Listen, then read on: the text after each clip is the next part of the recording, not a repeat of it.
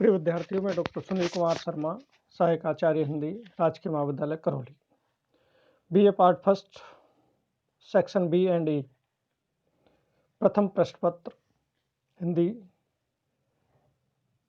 साहित्य। कल मैंने आपको काव्य गुणों के बारे में जानकारी प्रदान की। आज उसी श्रृंखला में आगे बढ़ते हुए शब्द शक्ति के बारे में हम चर्चा करेंगे कि शब्द शक्ति क्या है। शब्द शक्ति की परिभाषा: जिस शक्ति या व्यापार द्वारा शब्द के अर्थ का बोध होता हो वह शब्द शक्ति कहलाती है। शब्द और अर्थ का संबंध ही शब्द की शक्ति कहलाता है। शब्द शक्ति में दो शब्द हैं, शब्द प्लस शक्ति। शब्द की शक्ति उसकी अर्थवत्ता ही होती है, अतः शब्द शक्ति द्वारा शब्द के अर्थ को प्राप्त या उपलब्ध किया जाता है। शब्द में दो बातें होती हैं। पहली, वह अक्षरों वर्णों का समूह होता है, जैसे कमल, कमल में क प्लस में प्लस लय का समूह है। दूसरी बात, उसमें कोई अर्थ निहित होता है, जैसे कमल का अर्थ सरोवर में पैदा होने वाला कमनीय पुष्प या फूल। तो इस प्रकार से शब्द शक्ति के बारे में काव्य दर्पणकार के अनुसार शब्द शक्ति की परिभाषा: शब्द शक्ति शब्द और अर्थ का एक विलक्षण संबंध है जो लोक व्यवहार से संकेत ज्ञान होने पर उद्बुद्ध हो जाता है। इसे वाच्यवाचक भाव भी कहते हैं। शब्द शक्ति तीन प्रकार की होती है: अभिधा, लक्षणा, व्यंजना। वे शब्द जो धारण करते हैं वाचक, लक्षक, व्यंजक, और वे शब्द जो बोध कराने का कार्य करते हैं वाच्यार्थ, लक्ष्यार्थ और व्यंग्यार्थ। तो इस प्रकार से शब्द शक्ति तीन प्रकार की हैं और तीन प्रकार के ही शब्द हैं जो उनको धारण करते हैं और तीन प्रकार के शब्द हैं जो उनका बोध कराते हैं। अब वाचक जो वाच्यार्थ को प्रकट करे, लक्षक जो लक्ष्यार्थ को प्रकट करे और व्यंजक जो व्यंग्यार्थ को प्रकट करे। तो इस प्रकार से ये तीनों इसके भाव हैं। वाचक साक्षात संकेतिमर्थम मो अभिधत्ते से वाचक है। काव्य प्रकाश के इस लक्षण के अनुसार साक्षात सांकेतिक अर्थ को धारण करने वाला वाचक शब्द होता है। वाचक शब्द से जो अर्थ निकलता है वह वाच्यार्थ या अभिधेयार्थ कहलाता है। वाचक शब्द अभिधा शक्ति द्वारा वाच्यार्थ को प्रकट करता है। ये वाचक की सारगर्भित परिभाषा है। दूसरा है लक्षक शब्द। जिस शब्द से मुख्यार्थ या वाच्यार्थ की प्रतीति न होकर कोई अन्य अर्थ लक्षित होता है उसे लक्षक कहते हैं। इससे लक्षित अर्थ को लक्ष्यार्थ तथा इसकी शब्द शक्ति को लक्षणा नाम से पुकारा जाता है। नंबर 3, व्यंजक शब्द। मुख्यार्थ और लक्ष्यार्थ से भी परे किसी अन्य अर्थ की प्रतीति कराने वाला शब्द व्यंजक कहलाता है। इससे निकलने वाला अर्थ व्यंग्यार्थ तथा इसकी शब्द शक्ति व्यंजना होती है। तो इस प्रकार से ये तीनों शब्द समूह अपने अपने स्वरूप को प्रकट करते हैं। अभिधा शब्द की वह शक्ति है जिससे वाच्यार्थ प्रकट होता है। लक्षणा शब्द की वह शक्ति है जिससे लक्ष्यार्थ प्रकट होता है और व्यंजना शब्द की वह शक्ति है जिससे व्यंग्यार्थ प्रकट होता है। जैसे संध्या हो गई, ये व्यंग्यार्थ है।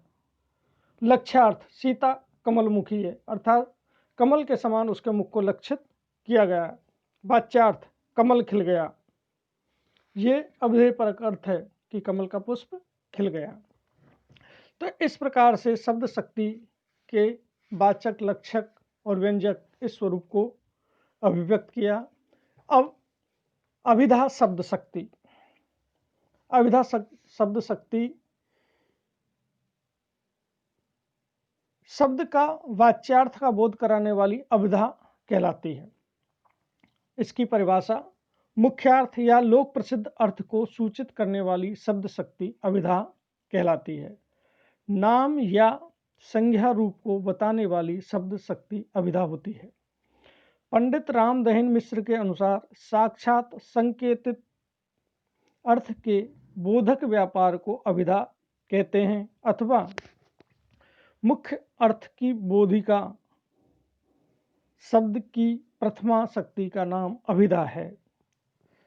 आचार्य मम्मट के अनुसार स मुख्यार्थो स्तृत मुख्यो व्यापारण अश्यामी अविधोच्यते, अर्थात साक्षात संकेतिक अर्थ जिसे मुख्यार्थ कहा जाता है उसका बोध कराने वाले व्यापार को अभिधा व्यापार कहते हैं। अभिधा किसी शब्द के प्रचलित लोक प्रसिद्ध अर्थ का द्योतन कराती है। अभिधा द्वारा अनेकार्थ में एकार्थ का निर्णय अनेक प्रकार से हुआ करता है। इसी आधार पर विद्वानों ने अभिधा के 12 भेद किए हैं, 12 भेद किए हैं। संयोग, वियोग, साहचर्य, विरोध, प्रकरण, अर्थबल, चिन्ह, सामर्थ्य, औचित्य, देशबल, कालबल और स्वरबल। इस प्रकार से ये 12 अभिधा के भेद हैं। अभिधा शक्ति के 3 प्रकार के शब्दों का अर्थ निश्चित होता है। अभिधा शक्ति से 3 प्रकार के शब्दों का अर्थ निश्चित होता है। रूढ़, यौगिक और योग रूढ़। रूढ़, यौगिक और योग रूढ़। उदाहरण, कोई पास न रहने पर भी जनमन मौन नहीं रहता है। आप की सुनता है, वह आप से कहता है। बीच बीच में इधर उधर निज दृष्टि डालकर मोदमयी मन ही मन बातें करता है। वीर धनुर्धर नई नई, वीर धनुर्धर नई नई। मैथिली चरण गुप्त की ये पंक्तियां हैं जो अभिधा शक्ति का सीधा अर्थ स्पष्ट करती हैं। अगली शब्द शक्ति आती है लक्षणा। लक्षणा द्वारा किसी भी शब्द का सांकेतिक या प्रचलित अर्थ ने लिया जाकर उसी से संबंधित लक्ष्यार्थ किया जाता है। मम्मट के अनुसार लक्षणा का लक्षण मुख्यार्थ बोध बाधे तद्धोगे रूढ़ि अथ प्रयोजनात् अन्य अर्थो लक्ष्यते तत्र लक्षणो रोणिता क्रियाणाम, अर्थात मुख्यार्थ की बाधा या व्याघात होने पर रूढ़ि या प्रयोजन के आधार पर जिस शक्ति के द्वारा मुख्यार्थ से संबंध रखने वाला अन्य अर्थ लक्षित हो उसे लक्षणा कहते हैं। लक्षणा से अर्थ प्रतीति में 3 बातें आवश्यक होती हैं। मुख्य अर्थ में बाधा या व्याघात हो। नंबर 2, लिया गया अन्य अर्थ मुख्यार्थ से संबंधित हो। नंबर 3, इस लक्ष्यार्थ को ग्रहण करने का या तो कोई प्रयोजन हो अथवा कोई रूढ़ि हो। लक्षणा शब्द शक्ति के 2 भेद हैं, रूढ़ि लक्षणा और प्रयोजनवती लक्षणा। पहली रूढ़ि लक्षणा, जहाँ मुख्य अर्थ को छोड़कर अन्य अर्थ किसी रूढ़ि के कारण ग्रहण किया जाए वहाँ रूढ़ि लक्षणा होती है। अर्थात जहाँ मुख्य अर्थ को छोड़कर किसी अन्य अर्थ को रूढ़ि के कारण ग्रहण किया जाता है वहाँ रूढ़ि लक्षणा होती है। जैसे राजस्थान वीर देश है। हिंदी में मुहावरे तथा लोकोक्तियां प्रचलित हैं, वे सभी रूढ़ि लक्षणा के प्रयोग हैं। हरिओद ने इस शैली को अपनाया है। जैसे बेहतर दुखे किसी दिल में भले ही पड़ जाए छाला, जीव सी कुंजी पाकर वे लगाएं क्यों मुंह में ताला। ये एक उदाहरण हरिओद की कविता से है। नंबर 2, प्रयोजनवती लक्षणा, जहाँ किसी विशेष प्रयोजन की सिद्धि के लिए लक्षणा का प्रयोग किया जाए वहाँ प्रयोजनवती लक्षणा होती है। किसी को गधा, उल्लू कहना उसकी मूर्खता प्रकट करने के प्रयोजनार्थ होता है। जैसे कामायनी में प्रसाद ने पगली हाँ संभाल ले कैसे छूट पड़ा तेरा अंचल, देख बिखरती है मणिराजी, अरि उठावे सुध चंचल। तो यहाँ श्रद्धा को पगली शब्द से संबोधित किया गया है। पगली का मतलब मूर्ख से। तो प्रयोजनवती लक्षणा भी दो प्रकार की होती है, गौणी लक्षणा तथा शुद्धा लक्षणा। पहली है गौणी लक्षणा, जहाँ सादृश्य अथवा समान गुण के कारण लक्ष्यार्थ की प्रतीति हो, जैसे मेवाड़ केसरी। इसमें शेर की वीरता, साहस आदि गुणों के सादृश्य से मेवाड़ केसरी का अर्थ महाराणा प्रताप लिया जाएगा। इसके भी दो भेद हैं, स्वरूपा और साध्यवसना। अब आता है शुद्ध प्रयोजनवती लक्षणा। गौणी लक्षणा के बाद शुद्ध प्रयोजनवती लक्षणा, जब सादृश्य संबंध के अतिरिक्त किसी अन्य संबंध से अर्थ प्रतीति हो तब शुद्धा लक्षणा होती है। साकेत में गुप्त जी का एक उदाहरण, अबला जीवन हाय तुम्हारी यही कहानी, आंचल में है दूध और आंखों में पानी। शुद्धा लक्षणा के भी दो भेद माने गए हैं, लक्षण लक्षणा तथा उपादान लक्षणा। इस प्रकार से लक्षणा जो शब्द शक्ति है, उसके बाद आता है व्यंजना शब्द शक्ति। व्यंजना शब्द की वह शक्ति है जिससे व्यंग्यार्थ प्रकट होता है, जहां न वाच्यार्थ से काम चले और न लक्ष्यार्थ से, अपितु व्यंग्यार्थ की प्रतीति हो, वहां शब्द की व्यंजना शब्द शक्ति होती है। यदि किसी शब्द का न तो लोक प्रसिद्ध सांकेतिक अर्थ लिया जाए और न तत्संबंधी लक्षित अर्थ, अपितु दोनों से भिन्न कोई और ही अर्थ लिया जाए तो वहाँ व्यंजना शक्ति होती है। जैसे आप तो गुरु हैं, गुरु धूर्त के लिए व्यंजना के लिए प्रयोग किया गया है। व्यंजना के दो भेद हैं, शाब्दी व्यंजना और आर्थी व्यंजना। अब आता है शाब्दी व्यंजना, जब व्यंग्यार्थ किसी शब्द विशेष पर आश्रित हो तो वहाँ शाब्दी व्यंजना होती है। जैसे चिरंजीव जोरी जुरे क्यों ने स्नेह गंभीर, को घटिए वृष भानुजा बेहलदर के वीर। ये बिहारी का एक पद है।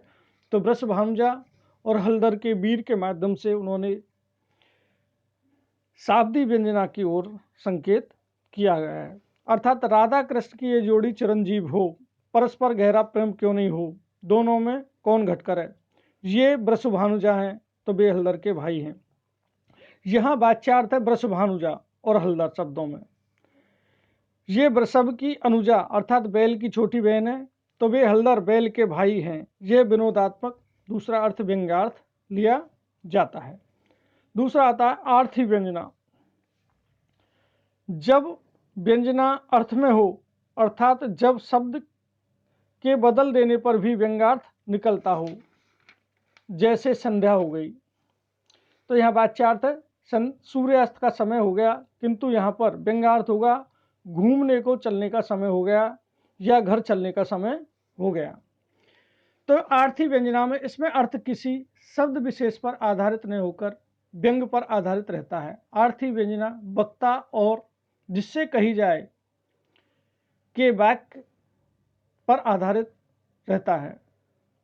कही जाए कि वाक्य वाच्य प्रस्ताव देशकाल आदि की विशेषता से अर्थबोध कराती है। उदाहरण, अखिल यौवन के रंग उभार, हड्डियों के हिलते कंकाल, कचों के चिकने काले व्याल, केंचुली कास विसवार, गूंजते हैं सबके दिन चार, सभी फिर करते हाहाकार। ये पंत की एक कविता है। तो आर्थी व्यंजना के भी दो भेद हैं, अभिधामूलक व लक्षणामूलक। अभिधामूलक आर्थी व्यंजना, जहाँ अवधेय अर्थ से सीधा व्यंजना प्रकट हो जाए वहाँ अभिधामूलक आर्थी व्यंजना होती है। और नंबर 2 लक्षणामूलक आर्थी व्यंजना, जहाँ वाच्यार्थ से लक्ष्यार्थ या व्यंग्यार्थ या लक्ष्यार्थ से व्यंग्यार्थ की प्रतीति हो, वहाँ लक्षणामूलक आर्थी व्यंजना होती है। लक्षणा और व्यंजना में अंतर।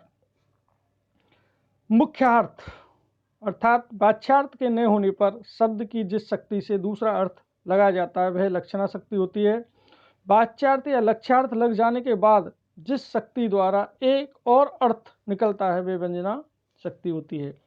तो इस प्रकार से व्यंजना शब्द शक्ति के तीनों भेदों के बारे में और शब्द शक्ति के स्वरूप के बारे में मैंने आपको आज संपूर्ण जानकारी प्रदान की और शब्द शक्ति का यह टॉपिक अब समाप्त होता है। धन्यवाद।